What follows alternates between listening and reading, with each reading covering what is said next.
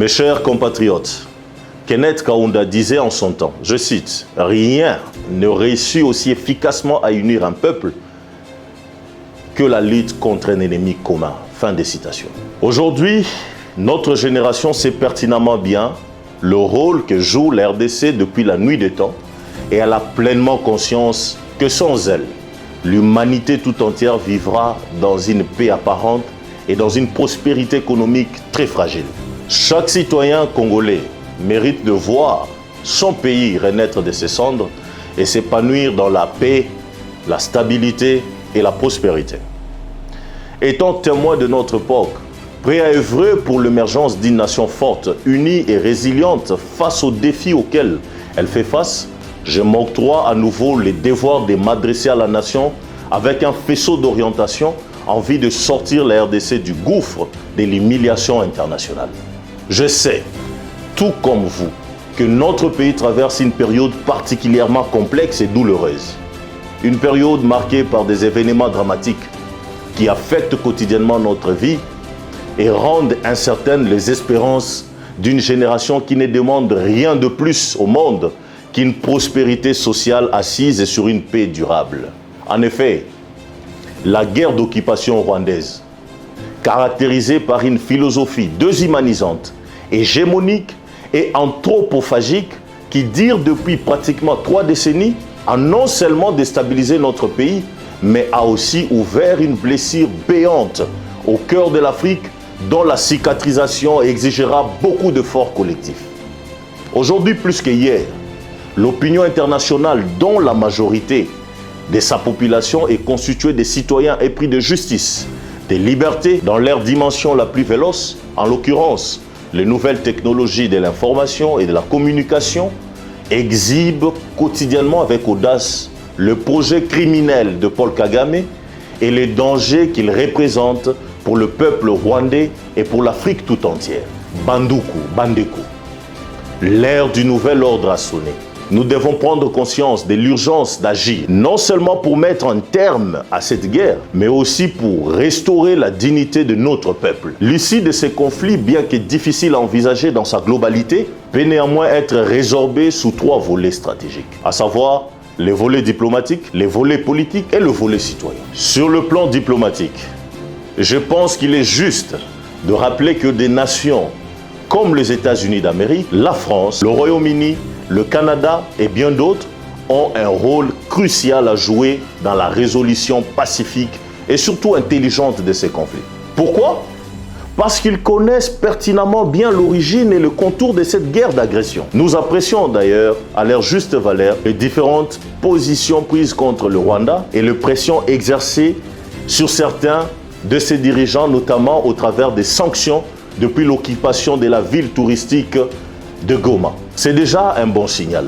Cependant, pour joindre l'utile à l'agréable, rien ne devrait être fait dans la demi-mesure. Ces actions doivent être renforcées par le déclenchement d'un embargo militaire sur l'achat d'armes, par des sanctions ciblées et l'instauration d'une vraie démocratie au Rwanda à travers l'organisation illico presto des élections véritablement libres et transparentes pour donner la chance au peuple rwandais tant meurtri de se choisir librement ses dirigeants à tous les niveaux et de se débarrasser de ces régimes dictatoriaux. Sur le plan politique, l'aspect militaire demeure une réponse indispensable pour protéger notre territoire et nos citoyens. Mes chers compatriotes, dans le cas qui est le nôtre, cela ne saurait suffire. Par conséquent, il est impérieux d'opter pour la voie de l'ouverture politique. Sur ces 2 approches demeurent nécessaires, à savoir la poursuite du processus de Luanda et les dialogues politiques et sociaux en interne avec toutes les parties prenantes. Ces échanges doivent se nourrir des initiatives et recommandations de celles et ceux qui ont à cœur le rétablissement de la paix sur l'ensemble du territoire national et dans la région de Grand Lac, sans mettre en péril le droit de réparation des victimes de ces multiples crises. Du processus de Luanda, nous attendons le respect strict des engagements de parties, notamment un cessez-le-feu immédiat, un retrait sans condition de troupes rwandaises RDF du sol congolais, le retrait du M23 et AFC des territoires occupés pour respecter la souveraineté territoriale de notre peuple et le droit international. Quant au dialogue politique et social en interne, cela ne serait pas une nouveauté pour le peuple congolais. Aujourd'hui, il faut changer de cap.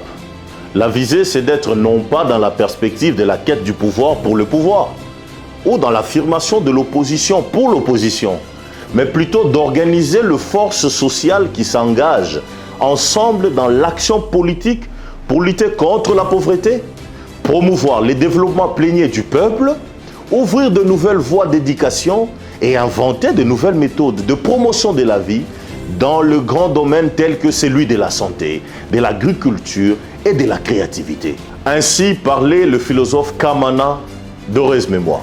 Et donc, que le président de la République prenne la mesure du temps et du rôle qu'il doit jouer en tant que symbole de l'unité nationale, conformément à notre Constitution. Que la classe politique dirigeante prenne conscience de son échec multidimensionnel dans la gouvernance publique et dans la réalisation des attentes du peuple congolais.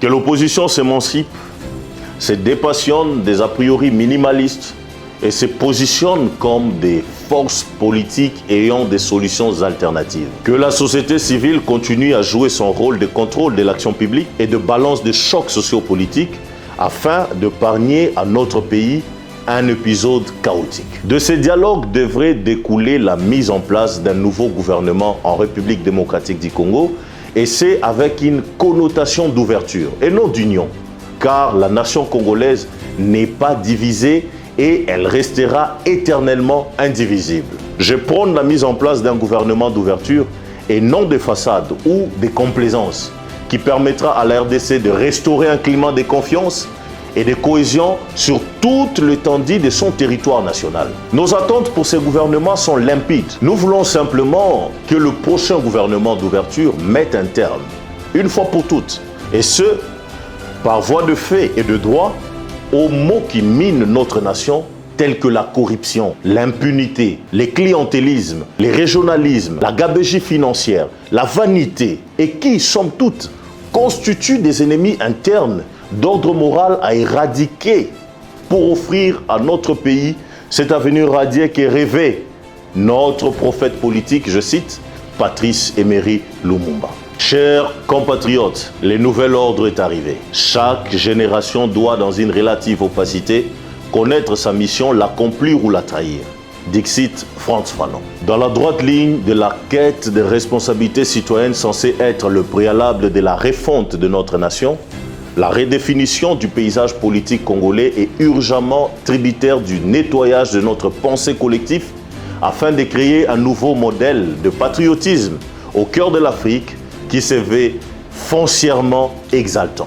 Plus de 60 ans après l'indépendance, nous pouvons donc dire avec audace que le modèle politique mis en place n'a nullement été capable de répondre aux attentes du peuple congolais, encore moins de refléter ses aspirations. Ce paysage politique vieillissant, construit sur la loi du moindre effort et de la médiocrité, est ennemi de l'intelligence, alors que cette dernière est le levier social pour amorcer la construction d'une puissance étatique. Le peuple congolais est totalement déçu. La jeunesse, n'en parlons pas.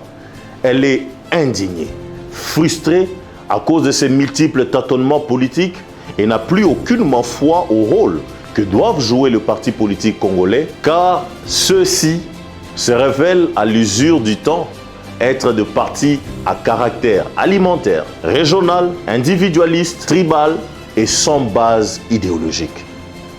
L'urgence s'impose de rompre avec ce système politique et de renaître sur de nouvelles bases, capables de redonner à la RDC sa couronne de grandeur. Sur ce, la mise en place d'un nouveau cadre patriotique et citoyen s'avère indispensable, afin de mobiliser, sensibiliser et initier les citoyens congolais au patriotisme exaltant pour qu'ils prennent leur dessein en main, s'élèvent et se battent pour la souveraineté de notre pays, pour la paix et pour la reconstruction, mais au-delà de tout et surtout pour faire échec à toute idéologie ou politique de domination étrangère. Ce mouvement dénommé Patriotes en action pour l'émergence de la République, le pacte en cycle que nous lançons ensemble avec vous, nous l'offrons au peuple congolais et à la jeunesse tout entière. Le mouvement Pacte permettra au peuple congolais de reconquérir sa souveraineté et de répondre à sa vocation de grandeur qui est celle d'être la locomotive du développement africain. Nous les lancerons dans les jours à venir, ensemble avec vous, dans un programme détaillé sur nos réseaux sociaux et sur nos pages. Plus rien ne sera comme avant, l'ordre doit régner et l'ordre régnera. Patriotiquement, je vous remercie.